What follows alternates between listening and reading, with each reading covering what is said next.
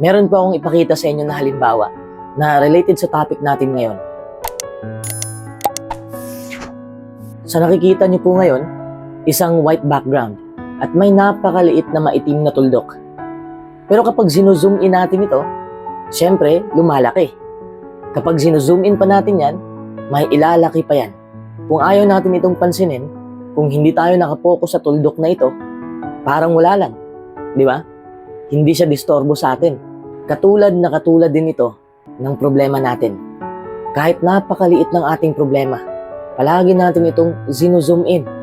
Palagi tayong nakapokus sa problemang yun. Bakit sobrang bigat ng buhay mo ngayon? Dahil ba sa ginagawa ng ibang tao? Siguro, minsan, di ba? Pero madalas, kasalanan natin. Kasi masyado nating pinapansin ang problema na hindi naman big deal. Dahil sa palagi tayong nakapokus sa negatibong side ng buhay, sobra na rin tayong nahihirapan. Hindi na natin nakikita ang solusyon. Kaya ang maipapayo ko po sa inyo, huwag po nating i-zoom in ang mga problema natin. Alam ko na hindi tayo pare-pareho ng problema. Valid naman ang emosyon mo. Pero ang punto ko lang ay ayokong mahirapan ka. Kasi kung ano yung pinagpukusan mo, lalaki yan. Kung ano yung iniisip mo palagi, maa-attract mo yun. Kagaya rin ng positibo. Kung lagi mo itong zoom in, yan din ang lalaki. Yan din ang maa-attract mo. Kapag nababalot ka ng negatibo, hindi mo makikita ang mga positibong nangyayari sa paligid mo. Kaya baguhin mo ang iyong pananaw. My dear friends, give yourself a break. Okay? Taking a break can help you step back from a problem and avoid mental blocks. Hindi lang problema ang nasa buhay mo ngayon. Hindi lang mga pasakit. Hindi lang mga hamon sa buhay. Marami ring mabubuting nangyari na hindi mo napansin. O napansin mo, pero mas mabigat pa rin para sa'yo ang problema. Kaya binaliwala mo ang blessings. Kung marami ka mang utang, mag-focus ka kung paano mo mababayaran. Mag-focus ka kung saan mo gagamitin sa wastong paraan ang pera na inutang mo. Lawakan mo ang iyong pangunawa. Kahit ang dami mong problema, sana ay mapansin mo rin na buhay ka pa rin ngayon. Think about it. Many people die at a younger age.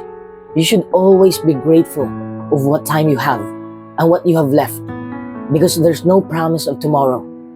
Ang punto ko lang, habang buhay ka pa, may magagawa ka pa.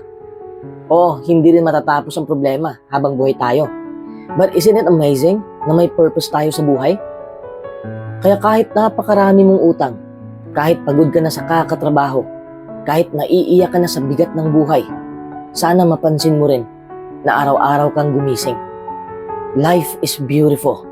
No matter how tough life can get, it's still the best and wonderful gift a person can have. Life is a blessing. For sure, may magko-comment na naman na kaya ko rin nasasabi ang mga ito dahil wala raw akong problema. May mabibigat din akong problema na dinadala ko ngayon pero walang nakakaalam. Problems approach us every single day in our life.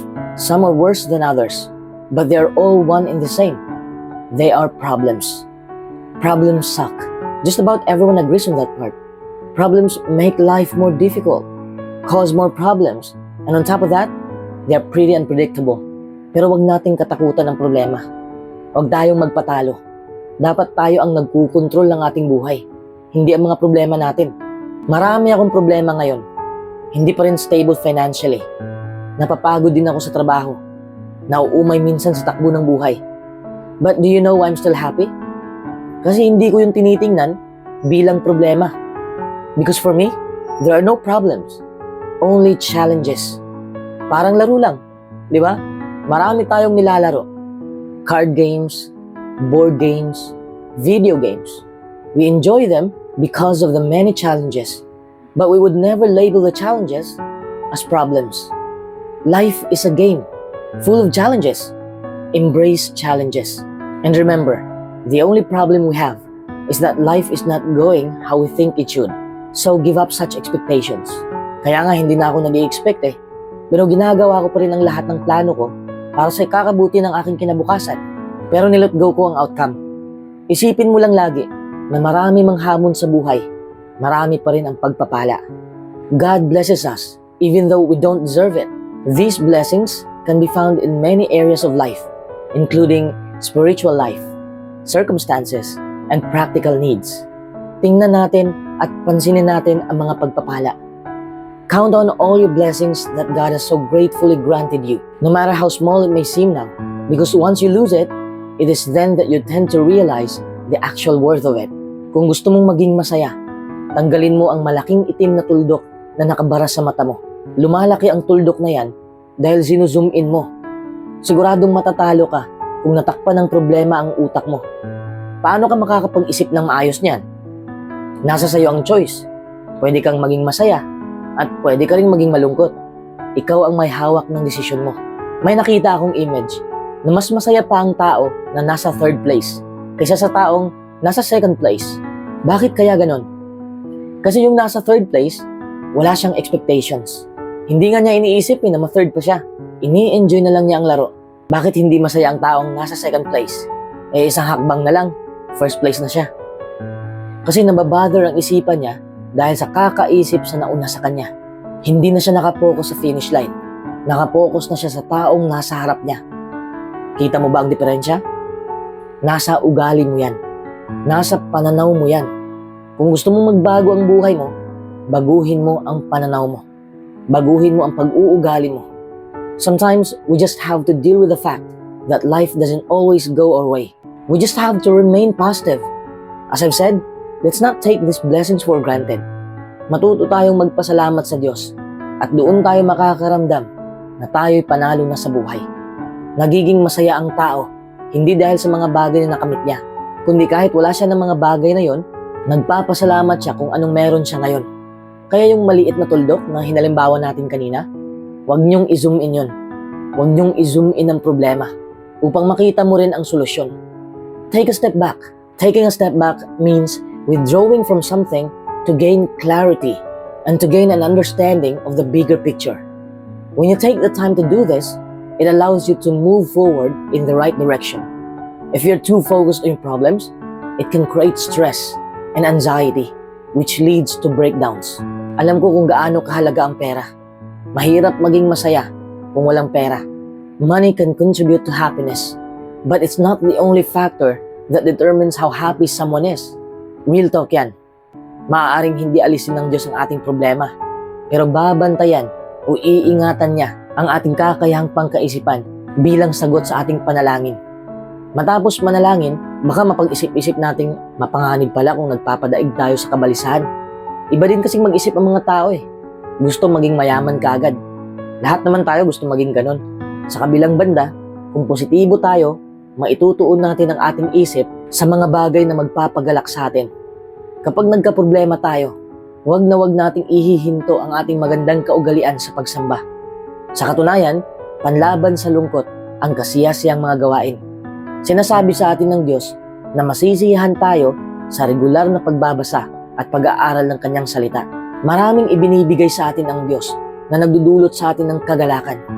Ang pangako niyang ililigtas tayo ay talagang nagpapasaya sa atin. Ano man ang nararanasan mo ngayon, alam nating gagantimpalaan ng Diyos ang mga marubdob na humahanap sa Kanya. Huwag po tayong magpapatalo sa negativity. Alam na natin na makapangyarihan ang ating isipan. Kung ano ang inaalala mo, yun din lagi ang susulpot sa buhay mo. Kapag nakapokus ka sa sakit, lalo kang magkakasakit, lalo kang manghihina. Kung ano yung iniiwasan mo, yun pa ang lagi mong makikita. Tama si Deepak Chopra. Sabi niya, whatever you put your attention on becomes energized. Whatever you take your attention away from dwindles. So try to fill your awareness with various things that brighten your mood. When was the last time that you have faith in good things? Marahil sasabihin mo, nag-isip naman ako ng positibo, pero negatibo pa rin ang nangyayari. Nag-iisip ka nga ng positibo, pero hindi ka nag-focus sa positibo. Minsan hindi rin darating agad ang magandang inaasahan mo. Ang masayang puso ay mabisang gamot, pero ang pagkasira ng loob ay nakauubos ng lakas. Sa ibang salita, malaki ang nagagawa ng pananaw. Ang pagiging negatibo ay uubos ng lakas na kailangan mo para maayos o maharap ang iyong sitwasyon. Kapag lagi kang negatibo, mapipighati ka at laging masama o malungkot ang araw mo. Pero kapag nakapokus ka sa mga bagay na positibo, magkakaroon ka ng mabuting puso at magiging masaya pa nga.